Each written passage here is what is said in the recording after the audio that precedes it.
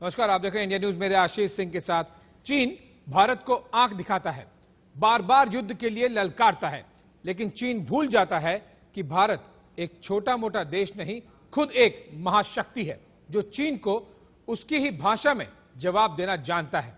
उसे उसकी औकात बता सकता है, लेकिन चीन को इस बार भारत ने नहीं, हिंदुस्तान के दोस्त अमेरिका ने औकात बताई है, जिसके बाद शी जिनपिंग का देश बिलबिला गया है, बौखला गया है। वो धमकी पर उतर आया है, जंग की बात कर रहा है। आखिर ऐसा क्या हुआ है कि चीन चीख चिल्ला रहा है? वो युद्ध की बात है, इस रिपोर्ट में देखिए। चीन में आए, जिनपिंग की युद्ध तैयारी देख गए।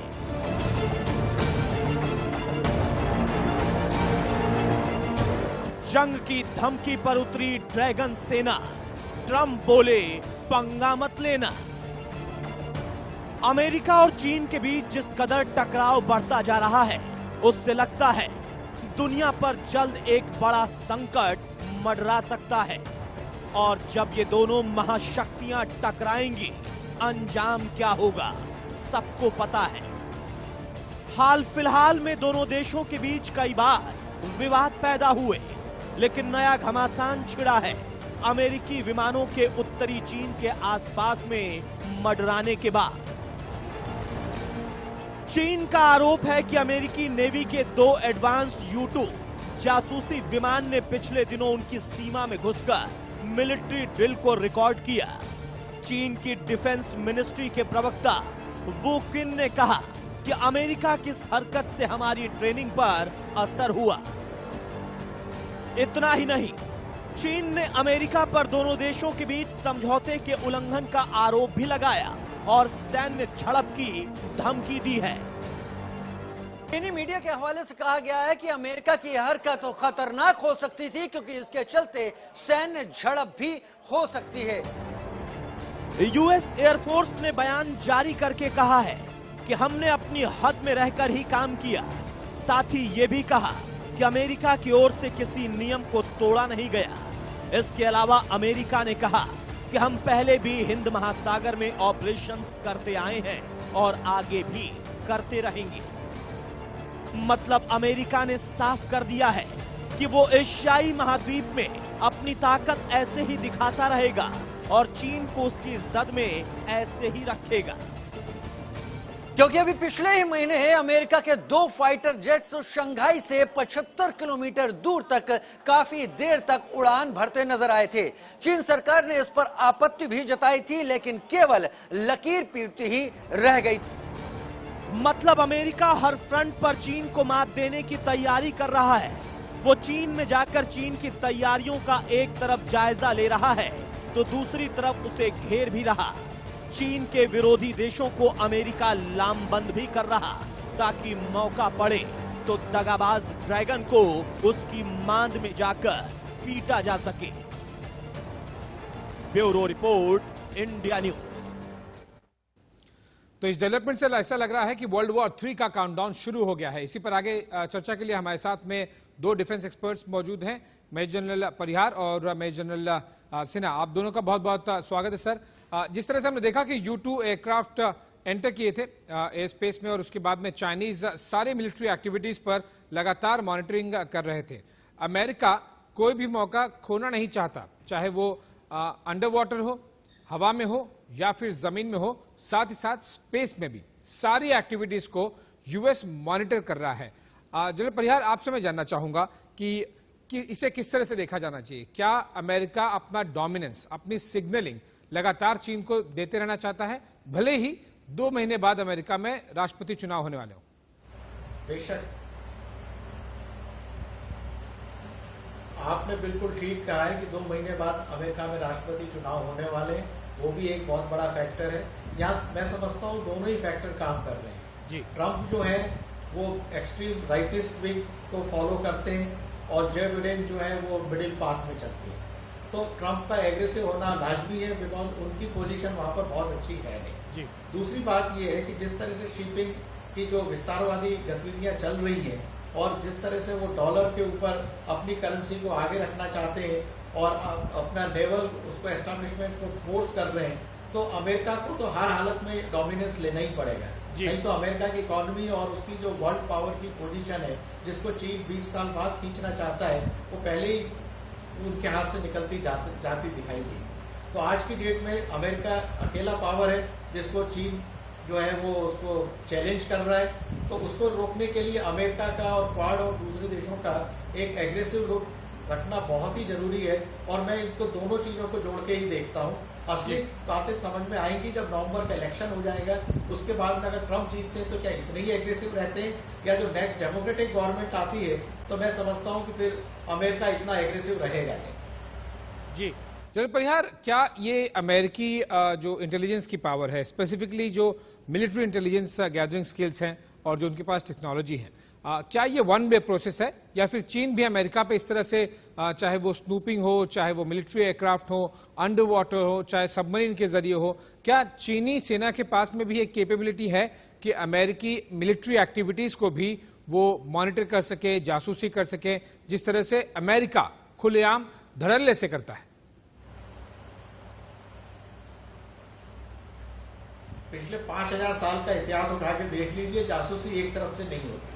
अमेरिका भी कर रहा है, रशिया भी कर रहा है, यूरोपियन कंट्री भी कर रहे हैं, चाइना भी कर रहा है, भारत भी कर रहा है। जिसके पास में स्पेस पावर है, जिन्होंने सैटेलाइट जो है वहां ऑर्बिट में लगा रखे हैं, वो सारे सैटेलाइट का जो मेन सेकंड जो यूज होता है वो स्पेस स्पाई ही होता है।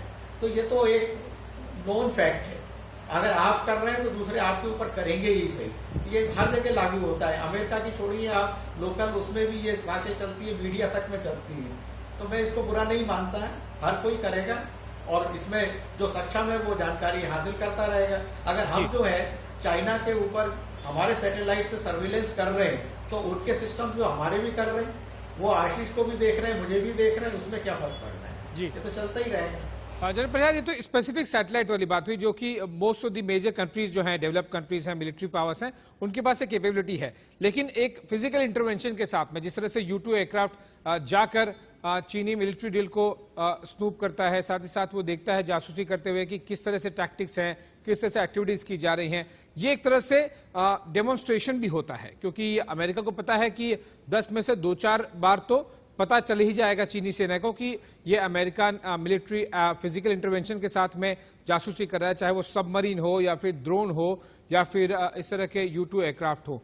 क्या चीन इस तरह से पैसिव है और अमेरिकी ड्रिल्स पर ये सैटेलाइट के अलावा क्या एक डेमोन्स्ट्रेशन वाला कि उनके पास भी इस तरह की तकनीक है, ये वाले मैसेजेस चीन नहीं भेज पाता? भेजेगा, मैं सोचता हूँ चीन भी ये मैसेज भेजेगा।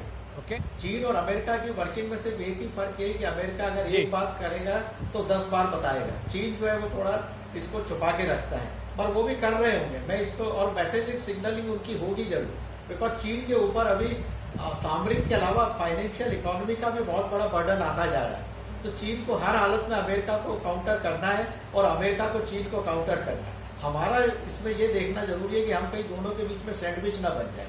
हमें बिल्कुल एक क्लियर स्टैंड लेना पड़ेगा, और मैं समझता हूं कि वो क्लियर स्टैंड यही है कि हम चीन के ऊपर अमेरिका को ज्यादा वेटेज दें और ओपनली उनके साथ आए। नहीं तो ये मामला जो है ढुलमुल मामले में हमको ही नुकसान होगा।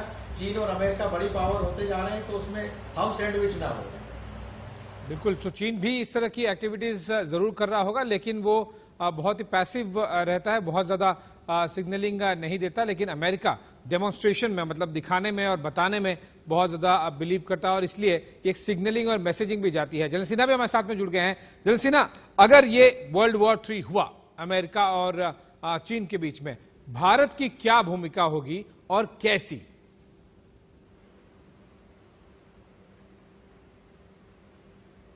देखिए, पहले तो मुझे लगता है कि विश्व युद्ध, तीसरा विश्व युद्ध मुमकिन नहीं है, क्योंकि चीन की परिस्थिति को पूरी तरह से मिलिट्री दृष्टिकोण से एनालाइज करने की जरूरत है। चीन 2 कदम आगे लेगा, 1 कदम पीछे लेगा। जब चीन देखता है कि वो उसका पलड़ा भारी पड़ रहा है तो वो एग्रेसिव मोड में आता है, लेकिन जब वो देखता है कि उसका पलड़ा हल्का पड़ रहा है, वो कमजोर पड़ रहा है, तो वो शांति की बात करता है। देखिए, वॉरफेयर में नंबर गेम बहुत महत्वपूर्ण है। किस देश के पास कितने देश का सपोर्ट है, ये बहुत नंबर गेम बहुत महत्वपूर्ण चीज है। दूसरी बात जो मैं कहना चाहता हूं कि क्या चीन, America, Hindustan, Australia, Japan, Germany, France, Israel सबके साथ एक साथ टक्कर ले सकता है?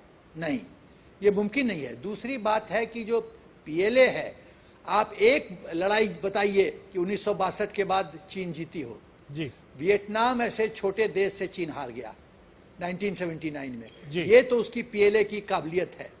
16 बिहार रेजिमेंट के 40 जवान ने 123 पीएलए ट्रुप्स को मारे हैं। ये सच है, मीडिया में ये बात आती नहीं है। 57 हेलीकॉप्टर्स कैजुअलिटी इवैक्यूएशन किए थे। 57 में हर एक हेलीकॉप्टर में 2 कैजुअलिटी काउंट कीजिए मिनिमम। 57 इंटू 2 कितना हुआ है? 100 से ज्यादा।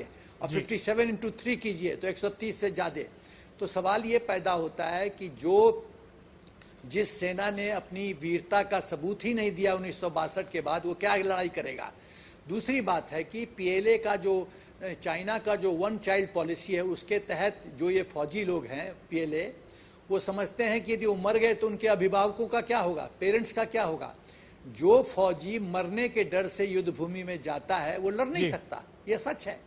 जो अपने जान को बलिदान देने के ध्येय से युद्ध भूमि में इंटर करता है वही लड़ सकता है।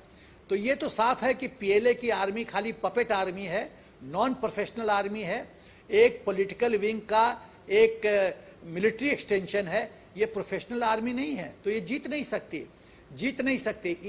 इसीलिए चीन अब अल्टरनेटिव टेक्नोलॉजी की बात कर रहा है, आर्टिफिशियल इंटेलिजेंस, रोबोट की बात कर रहा है, साइबर वारफेयर की बात कर रहा है, बिग डाटा एनालिसिस की बात कर रहा है। वो ये सब तरीका सोच रहा है। हेलो जी, जनरल सिन्हा, आपने बहुत महत्वपूर्ण बात कही। आपको सुन पा रहे हैं? हम सुन पा रहे हैं। जो एक नए डिमेंशन ऑफ वॉरफेयर है, चाहे वो साइबर हो, स्पेस हो, डेटा हो। अब ये कन्वेंशनल जो कि पुरानी पद्धति होती थी, चाहे वो आर्मी हो, नेवी हो, एयरफोर्स हो, अब वॉरफेयर थोड़ा सा और ज्यादा मॉडिफाई हो गए हैं। और साथ ही अगला तीसरा विश्व युद्ध अगर हुआ तो वो जाहिर सी बात है केवल और केवल आर्मी, नेवी, एयरफोर्स के पॉइंट ऑफ व्यू नहीं होगा। उसमें कम से कम 3 नए डायमेंशन खुल गए हैं, साइबर, स्पेस और डेटा। जनरल परिहार, आपके पास वापस आना चाहूंगा। यूएस राष्ट्रपति इलेक्शन जो होने वाले हैं वो 2 महीने दूर है केवल। अब हम देख रहे हैं कि डोनाल्ड ट्रंप बहुत ज्यादा बढ़त नहीं बनाए हुए हैं। जो बाइडेन थोड़ा सा आगे निकलते हुए दिख रहे हैं। जो अप्रूवल रेटिंग होती है जिससे अंदाजा लगता है कि अमेरिकी राष्ट्रपति अगला कौन बनने वाला है, डेमोक्रेट्स होंगे या रिपब्लिकन्स होंगे, उसमें जो बाइडेन थोड़ा सा आगे दिख रहे हैं। ऐसे में राष्ट्रपति चुनाव जो कि 2 महीने बाद है, वो कितना बड़ा फैक्टर है अगर अमेरिका को या डोनाल्ड ट्रंप को शी जिनपिंग के साथ में टेक ऑन करना होगा? तो क्या वो उस इलेक्शन के पॉइंट ऑफ व्यू युद्ध हो सकता है या फिर इलेक्शन वजह से नहीं होगा, अभी कम से कम नवंबर तक रुके रहेंगे?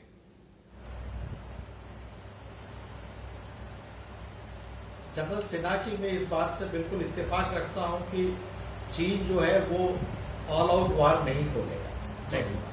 दूसरा जो आपने कहा Ashish, I appreciate your knowledge and expression कि मॉडर्न वॉरफेयर में जो है डायरेक्ट वर्ल्ड वॉर टाइप का ऑल आउट कॉन्फ्लिक्ट मल्टीनेशनल होना ही नहीं है। जो भी होंगे लोकलाइज्ड एक्टिविटीज होते हैं। और वॉरफेयर का सिस्टम जो है वो एग्जैक्टली जो है फाइनेंस, साइबर, स्पेस और बायोलॉजिकल वॉरफेयर पे चला गया है। कोरोना में भी वन ऑफ द पार्ट, ये बिल्कुल ठीक है। आपने जो अमेरिकन प्रेसिडेंशियल इलेक्शंस की बात की है, तो अगर आप जनवरी और दिसंबर की बात करें, दिसंबर 19 और जनवरी 20 की, यही ट्रंप साहब जो थे शी जिनपिंग को मोस्ट फेवर्ड करके उनसे काफी बड़ी $1 बिलियन की डील कर रहे हैं। तो चाइना और अमेरिका के रिलेशंस भी कोई बिल्कुल आउट ऑफ बॉक्स अभी तक गए नहीं है। वो एग्रेसिव हो रहे हैं अपने डोमिनेंस दिखाने के लिए। तीसरी बात मैं कहूंगा, जो आपने कहा कि जो बिडेन जो है वो अभी लीड ले रहे हैं। अगर आप, आई एम श्योर कि आपको पता ही है कि अमेरिकन इलेक्शंस जो है वो इंडियन पार्लियामेंट्री इलेक्शन जैसे नहीं होते। बिल्कुल, वहां पर स्टेट वाइज जो है वोट डिस्ट्रीब्यूट हो जाते हैं कि अगर कोई किसी कैंडिडेट ने 50% से ज्यादा वोट ले लिए तो उस स्टेट के सारे वोट, रिप्रेजेंटेटिव बैलेट वोट जो है उसके पक्ष में चले जाएंगे। बिल्कुल। तो पिछली बार भी जो हुआ है इलेक्शंस में, 2 बार ऐसा हुआ है कि पॉपुलर वोट में जो जीता है वो उसमें इलेक्शन में हार गया। तो ट्रंप जो है उनके पास में मेजर स्टेट्स आज भी उनके पास में, तो इलेक्शन का रिजल्ट बहुत मायने रखता है। उसके बाद ही जो है आप अमेरिका की जो पॉलिसीज होंगी वो हम डिसाइड कर सकते हैं कि किस तरह से फ्लक्चुएट बिल्कुल जनरल परिहार, ये एक सबसे बड़े फैक्टर्स में से एक है यूएस और चीन के बीच में जो कुछ हो रहा है। और आपने बहुत एक इंपॉर्टेंट बात कही, ये जो पॉपुलर इलेक्शन है, जो अप्रूवल रेटिंग है, ये इसमें विरोधाभास और एक्चुअल रिजल्ट्स में हमें पिछली बार भी देखने मिला था हिलेरी क्लिंटन और डोनाल्ड ट्रंप के बीच में। आप दोनों की हम आखिरी पड़ाव पर पहुंच गए हैं अपनी चर्चा के। दोनों से गेस्ट से मैं रिक्वेस्ट करूंगा कि एक लास्ट कॉमेंट, जनरल सिन्हा आपके पास पहले जाना चाहूंगा। अब ये वर्ल्ड वॉर 3 का आपने इंडिकेशन दिया कि अब तो नहीं हो रहा है, कम से कम अमेरिका और चीन के बीच में। ये क्या मिलिट्री पॉइंट ऑफ व्यू ही अगला वर्ल्ड वॉर अगर होगा तो ये उसी पॉइंट ऑफ व्यू होगा? क्या ये जो न्यू डायमेंशन ऑफ वॉरफेयर है, साइबर स्पेस और डेटा, क्या उसी में होंगे? अब ये कन्वेंशनल वॉरफेयर जो आर्मी, नेवीज और एयरफोर्सेस लड़ती थी, अब वो होना ही नहीं है कभी। एटलीस्ट दो महाशक्तियों के बीच में, अमेरिका और चीन के बीच में अब नहीं होगा।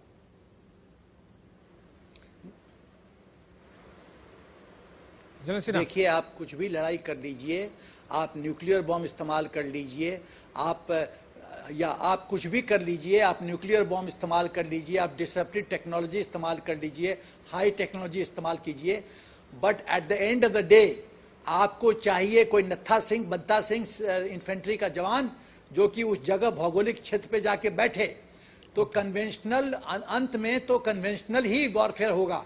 कोई न कोई सिपाही उस जगह को जाके कहेगा, बैठेगा कि ये मेरा क्षेत्र है, ये तो होगा। लेकिन जो शुरू की लड़ाई होगी वो डिपेंड करता है कि किस देश को अपने पे भरोसा है। क्या वो कन्वेंशनल वॉरफेयर जीतने की हिम्मत रखता है, सक्षमता रखता है, काबिलियत है? यदि नहीं है तो वो अल्टरनेटिव रास्ता लेगा। लेकिन वो समझता है कि कन्वेंशनल वॉर जीत सकता है तो वो कन्वेंशनल वॉरफेयर ही लड़ेगा। क्योंकि यदि न्यूक्लियर जंग होता है, यदि बायोलॉजिकल वॉरफेयर होता है, हाई टेक्नोलॉजी वॉरफेयर होता है, तो कई देश बर्बाद हो जाएंगे, पूरा मानव संकट में आ जाएगा। तो क्या ये स्थिति एक्सेप्टेबल है चीन को? और इस पर दोनों देशों को सोचने की जरूरत है। जनरल सिन्हा, आपके पास जो आपने पॉइंट ऑफ व्यू रखा है वो बहुत इंपॉर्टेंट है, क्योंकि अब हाइब्रिड वॉरफेयर की तरफ आप इंडिकेट कर रहे हैं कि भले ही साइबर स्पेस और नए टेक्नोलॉजी वाला वॉरफेयर हो, लेकिन अल्टीमेटली फाइनल दिन के अंत में तो कम से कम वो जवान ही चाहिए आपको, बूट्स ऑन ग्राउंड, जो कि कन्वेंशनल डोमेन में आता है। General Parihar, last comment from you. India point of view अगर आप देखें तो इससे ज्यादा बेहतर एटमॉस्फेयर हो नहीं सकता था जब इंडिया और चाइना लॉगर हेड्स पे एक साथ में एक दूसरे को आंख दिखा रहे हैं। एलएसी पर काफी तनाव है। ऐसे में अगर कोई बड़ा देश, कोई डेवलप्ड कंट्री, अमेरिका जैसा अगर चीन के साथ में टेक ऑन कर रहा हो तो इंडिया के लिए तो ये पूरा एनवायरमेंट बहुत बेहतर हो गया।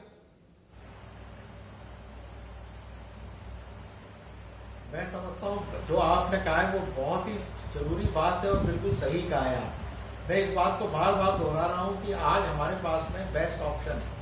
और जो लद्दाख को आप इसको लोकल कॉन्फ्लिक्ट लेके मत चलिए, ये एक बहुत बड़ा कैनवास है। सीपीईसी कॉरिडोर पे गिलगित बाल्टिस्तान को चाइना कैप्चर करने वाला है अगले 2-3 साल के अंदर। तो आपकी एक्शन जो है इस बेस्ट एनवायरनमेंट में उत्तराखंड में खोलो और गिलगित बाल्टिस्तान में खोलो आप जी।